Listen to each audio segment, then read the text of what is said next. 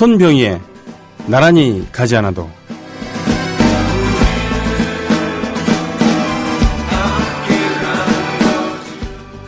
박정희 대통령이나 이승만 대통령의 기초작업이 없었다면 과연 경제기적을 이룰 수 있었나 생각합니다. 정치학자들이 정직하게 후진국에서 독재라는 것에 대해 사실상 불가피한 것이 아닌가 하는 논의를 좀 해주기 바랍니다. 이승만 대통령의 업적과 실정을 총체적으로 평한다면 적어도 0, 7, 과 3이고 이승만의 독재는 불가피했다 혹은 필요악이었다라고 할 때는 그게 0, 9, 0, 10이 될 수도 있어요. 저는 이승만 대통령은 확신을 가지고 자기가 하는 일종의 권위주의적 통치가 불가피하다고 오히려 한국 사람들을 위해서 하는 것이라고 믿고서 했다고 생각합니다. 한국 역사에 이승만한 인재는 거의 없지 않았는가? 이승만은 그 세종대왕하고 거의 맞먹는 그런 유전자를 가졌던 인물 같아요. 이상은요, 지난해 2월 9일 서울 중구 정동 제1감리교회에서 인터넷 매체 뉴데일리 부설 이승만 연구소 주최로 열린 제12회 이승만 포럼 관련해서 지금 현재 국사편찬위원회 위원장이 된 유영익 씨가 한 발언에서 캡처한 겁니다. 따온 거죠. 한편 이 양반은 과거에 김대중 노무현 전 정권은 좌파 정권이라는 사실을 발언한 사실을 인정하며 햇볕 정책이 친북 정책 아닙니까? 라는 등의 말을 하기도 했대요. 유영익 참 대단한 애국자 나셨습니다.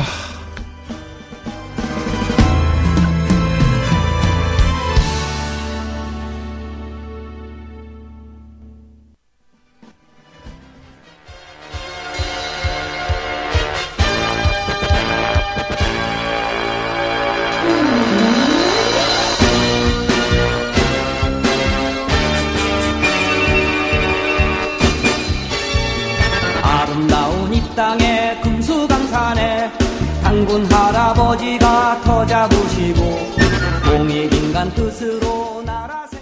애국 시민 여러분, 해외 동포 여러분, 그리고 동네 주민 여러분 안녕하십니까? 저는 여러분의 조합원 DJ 노래꾼 손병휘입니다. 소리지기, 소리통, 뭐가 좋을까? 아무튼 조합원 DJ 노래꾼 손병휘입니다. 우리나라 최초의 DJ는 최동욱 선생입니다. 최동욱. 동아방송. 1980년 언론통폐합 때, 그렇죠. 전두환 정권이 강제로 허문도를 앞세워서 했었던 언론통폐합 때 없어졌던 DBS, 즉 동아방송이죠. 그러고서는 KBS 어디로 지금 흡수가 되었을 텐데, 거기서 세이세이 다이아리라고 하는 그런 프로그램에서 최초로 방송 DJ가 탄생했습니다. 프로듀서였던 최동욱 씨였는데, 네. 그것이 우리나라 최초의 방송 DJ죠. 이름난 DJ들은 미국에서 먼저 시작을 했겠죠. 그죠? 락큰롤의 발전과 더불어서 그렇습니다. 미국은 나라가 넓기 때문에 지역 방송도 많고, 전국 방송, 물론 NBC, ABC, CBS 같은 전국 방송도 있습니다만, 지역 방송, 그리고 케이블 방송들도 많았죠. 예. 자, 제가 알고 있는 어떤 DJ 같은 경우는 허드렛 일을 하고 있었대요, 방송국에서. 그러나 언젠가는 DJ가 되겠다는 꿈을 품고 예행 연습을 많이 했단 말이죠, 혼자서 막. 야. 그러다가 어느 날 그 방송국의 인기 DJ가 술을 먹고 뻗은 겁니다. 방송을 진행할 수 없는 거예요. 그때 이 소식을 담당한테 알리니까 그럼 누구누구를 불러라 그랬대요. 아니면 어떤 대안을 마련하라 그랬는데 이 사람 그렇게 안 하고 그 자리를 꿰찬 거죠. 바로 오래전부터 연습해왔던 멘트로부터 시작을 해서 삽시간에 인기를 끌었고 바로 그날부터 그 DJ석에 앉을 수 있었다라는 그런 얘기가 있더라고요. 그런 얘기를 들었을 때 과연 우리는 얼만큼 준비된 삶을 살고 있을까라고 하는 그런 생각을 하기도 합니다. 저는 한 사람의 조합원으로서 또 한 사람의 조합원 DJ로서 얼만큼 준비가 되어 있을까 이런 생각. 제가 준비하는 것은 오프닝 멘트 그리고 오프닝 곡 이거 하나밖에 없지 않은가라는 생각.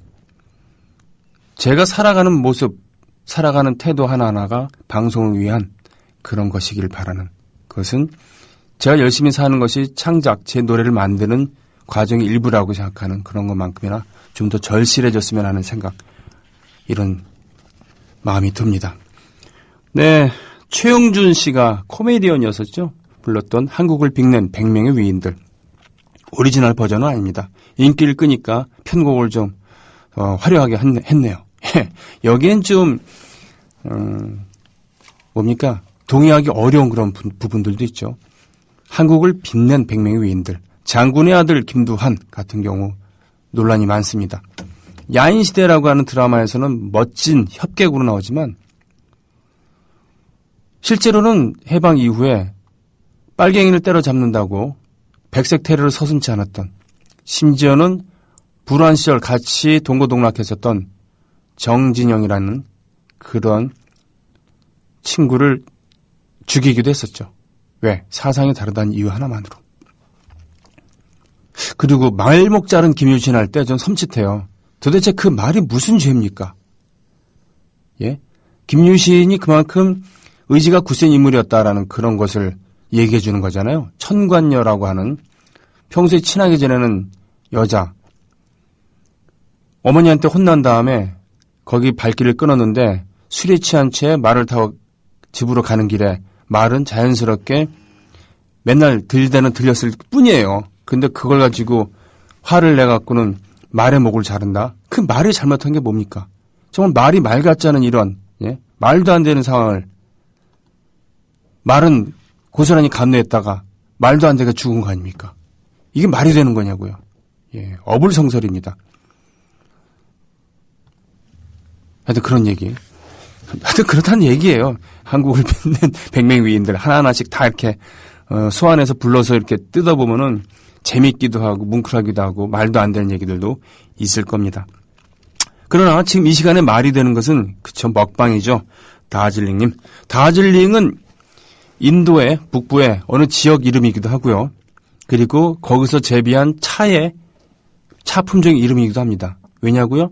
그렇죠. 영국이 역시 인도를 식민지로 삼은 다음에 영국인들이 소비가 많았고 주요 산업 중에 하나였던 차를 재배하기 위해서 여기저기 뒤져보니까 이 지역이 괜찮은 거예요. 다즐링 지역이. 거기서 차를 재배를 한 거죠. 거기서 나온 차 품종이 다즐링입니다. 달밭 드세요. 3월에 혼자 푸닐 트레킹 다녀왔습니다. 물론 포토분 도움으로 가능했겠죠. 나야풀에서 시작해서 첫날 달밭을 첫 끼니로 먹었네요. 너무 그리운 네팔이에요. 여기서 달은 뭐냐면요. 왼쪽에 있는 국입니다. 밭은 그렇죠. 바로 밥입니다. 밥. 그리고 옆에 있는 건 따까리입니다. 똘까리라고 하나? 달밭 똘까리, 달밭 따까리. 이게 바로 네팔, 방글라데시에서 쓰는 우리식으로 얘기하는 밥국 반찬 이런 뜻이죠. 그러니까 국밥 반찬입니다. 달밭 똘까리, 똘까리 또는 딸까리, 따까리. 이 네팔 말과 그 방글라데시 말 이게 힌두어잖아요. 네팔 말은 인도의 그 공식 언어가 힌두어라 그러는데 저 뭡니까? 벵고로라고 하죠. 방글라데시에서 쓰는 말은 벵고로. 그러니까 벵골 지방에 있잖아요. 서북부의 인도 대륙의 동북부 지역을 벵갈 지방이라고 하는데 그 벵갈인의 땅이란 뜻이 바로 방글라데시입니다. 방글라는 벵골이란 뜻이고 대시는 땅이란 것이죠. 바로 이 방글라데시에서 쓰는 말이 벵골 말인데 벵골 말과 이 힌두어가 비슷한 부분이 있는 거죠. 달밭 따까리 또는 달밭 똘까리 비슷하잖아요.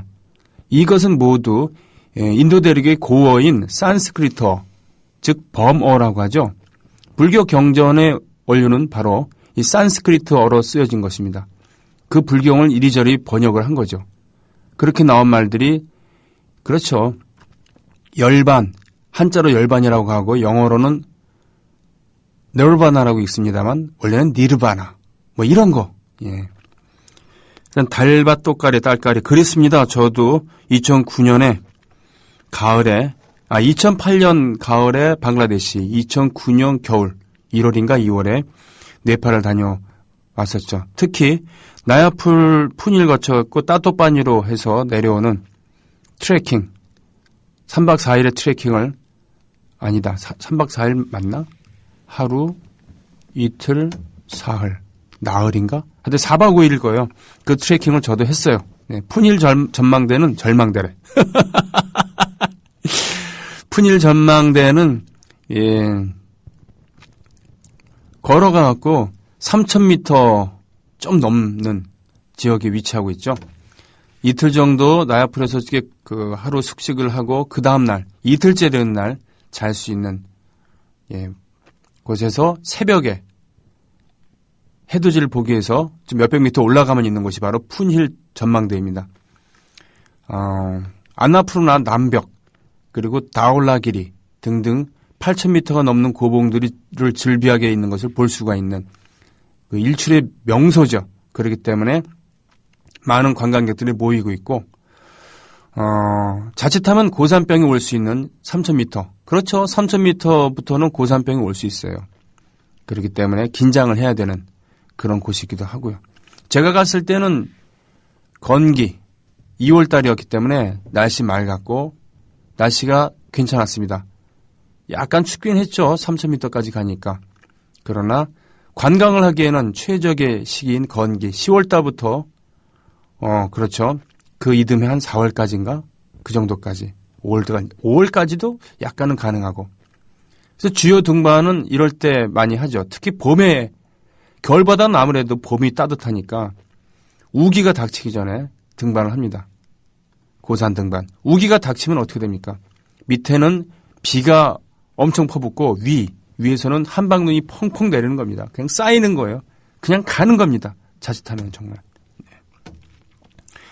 자, 오늘의 먹방은 바로 이렇게, 예. 네팔의 음식 갖고 했습니다. 네팔의 술은 말이죠. 크게 두 가지로 나눌 수 있습니다. 발효주, 우리의 막걸리에 해당하는 그런 똥바라고 하는 발효주와 우리의 소주에 해당하는 럭시라고 하는 증류주죠. 여기는 기장쌀을 재배합니다. 계단식, 물론 이 부처님이 태어나신 룸비니 같은 평야지대에서는 쌀이 많이 나옵니다만 보통 그 쌀도 우리와 같은 끈적끈적한 맵쌀이 아니라 그 인도의 쌀이란 뜻의 인디카종이죠. 푸석푸석한 거. 거기서 그렇게 먹는 이유가 있어요.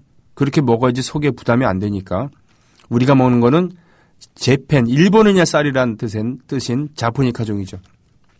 이거 말고 이 산 지역에서는 계단식 논에서 기장쌀을 재배를 합니다. 그게 잘 크나 보죠.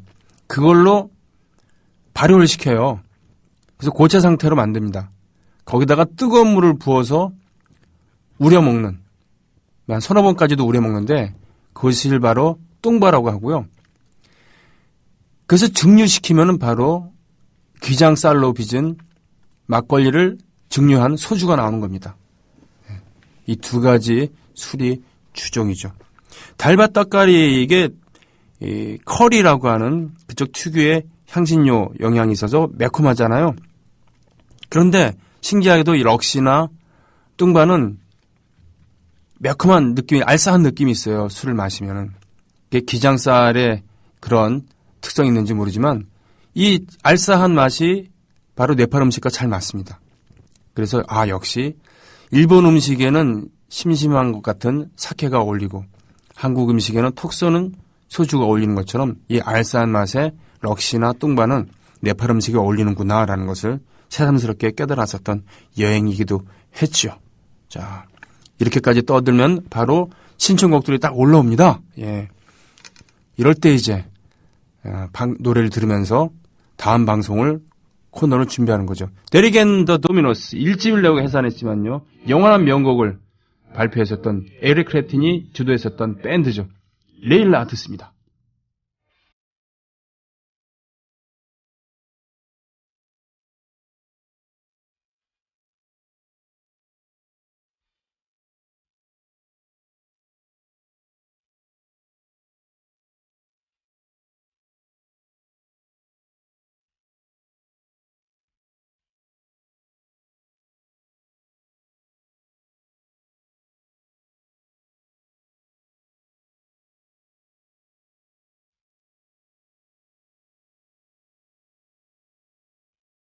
90년대를 활짝 열어젖혔던 그런지락의 한 부분이었던 얼터너티브 락, 그것을 활짝 열었고 사실상 닫아버린 널바나의 음악이었습니다. 커트 코베인 권총 자살로 생을 마감했죠. 커트 코베인의 평전, 두꺼운 평전을 얼마 전에 제가 하나 샀는데 아직 읽지는 못하고 있습니다. 시애틀을 중심으로, 시애틀에서 활약하고 있었던, 클럽에서 연주하고 있었던 동네 밴드였어요. 크리스 노보셀릭, 그리고 또 누굽니까? 드러머. 세 명이서 완벽한 연주를 들려주었던. 드러머는 지금 현재 다른 훌륭한 밴드 푸파이터를 이끌고 있는 그런 인재죠. 그 드러머 이름을 까먹었어요. 누가 알려주실 거예요. DMZ 캠프님, 정말 화나서요. 병인님 못 참겠어요. 경찰인 걸 경험했어요. 신호 위반도 안 했는데 무조건 잡아놓고 신호 위반했다고 고통치네요. 구미TV 스티커를 붙이고 다니거든요. 조합원의 명예를 걸고 안 했다고 따졌더니 가더라고요. 미안하다는 소리도 없이 가길래 시간 보상해달라고 했어요. 뜨악하는 표정. 실적이 필요했나 봅니다. 단속 실적. 왜 그럴 때 있잖아요. 무슨 기간 해갖고 어느 정도 실적을 거둬야지만 되는 그런. 아직도 이렇게 미안하다는 얘기도 안 하고 권위적으로 밀어붙이는 놈들이 있는 모양이군요. 밥 아저씨님, 심취하여 헤드뱅잉 중이라고 하셨습니다. 이 노래만 들으면 박명수가 생각나고요. 남들모님, 오랜만에 듣는 반가운 음악이라고 하늘 아라빠님께서, 조아버님께서도, 토토비비 엄마님께서도 반가워하십니다. 지연 아빠님, 저는 우리 지연이와 내년에 태어날 우리 아들 축복일 지연이가 중3일 때 해외 배낭여행을 보내고 싶은데 집사람이 세상이 험하다고 극구 반대를 하네요. 배낭여행이 중3 나이에 무리인 건가요? 아니죠. 다만 훈련이 좀 있어야 되겠죠. 그 전에 부모님이랑 같이 다니면서 이러저런 경험을, 그래서 혼자 다니더라도 위험하지 않게 알아서 잘 대처할 수 있게 내공을 쌓게 하면 되는 거겠죠. 그죠? 그렇게 된다 그러면 어린 나이에 배낭여행을 안전한 코스로 다니면은 오히려 세계의 친절한 여행자들이 기특하다 그러면서 뭐라도 더 주려고 그러고 도와주려고 그러지 않겠습니까? 자, 먹방은 계속됩니다. 야, 팟타이를 올려주셨군요. 이 볶음국수.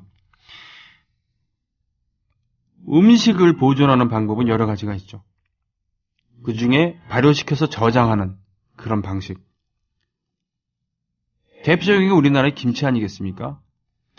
채소를, 물론 동물성 이런 단백질을 넣기도 하죠. 새우젓이나 또는 소고기를 넣기도 하고 생선을 넣기도 합니다만, 그런 다양한 김치야말로 정말 영양에도 좋고 저장성도 탁월하고 한 그런 거 아니겠습니까?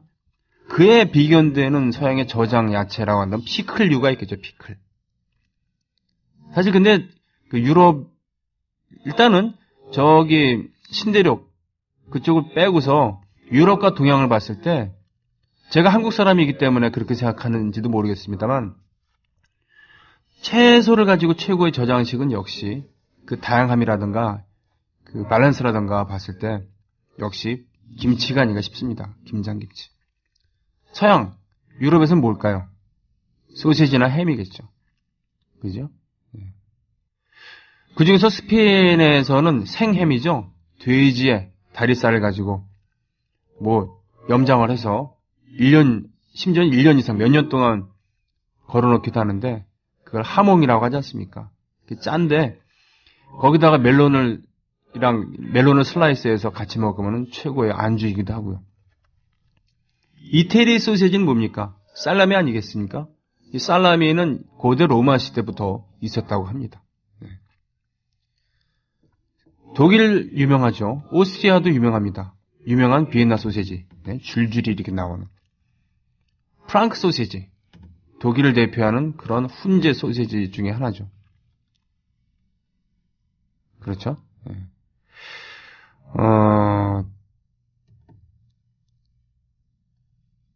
그에 비해서 날씨가 따뜻한 곳에서는 금방 음식이 상하기 때문에 그나마 쉬지 않고 오래 먹을 수 있는 그런 조리법을 개발했는데 그게 바로 튀기거나 볶는 거죠.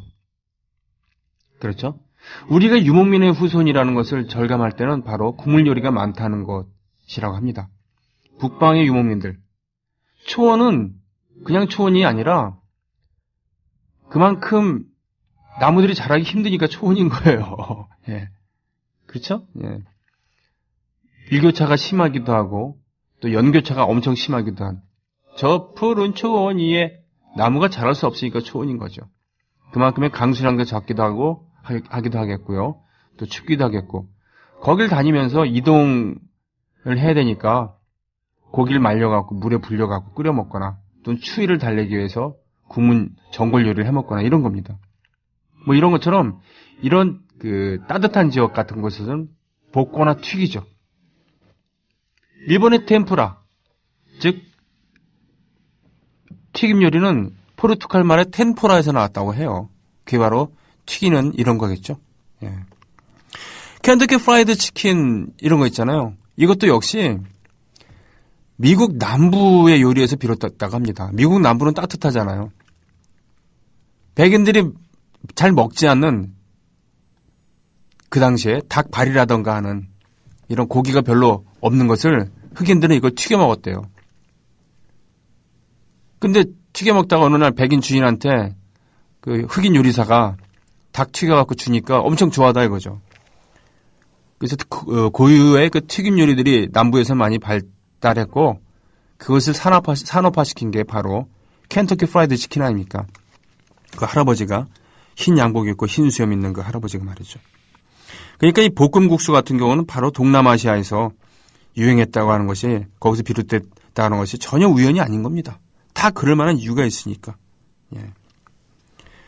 국수는 예전에 중국 대륙 화북지방에서 거친 그런 곡식을 갈아갖고 부드럽게 뽑아 먹은 것에서 비롯됐다고 하는데 우리나라에서는 이렇게 잔치국수가 대표적으로 내려오고 있는 것이죠.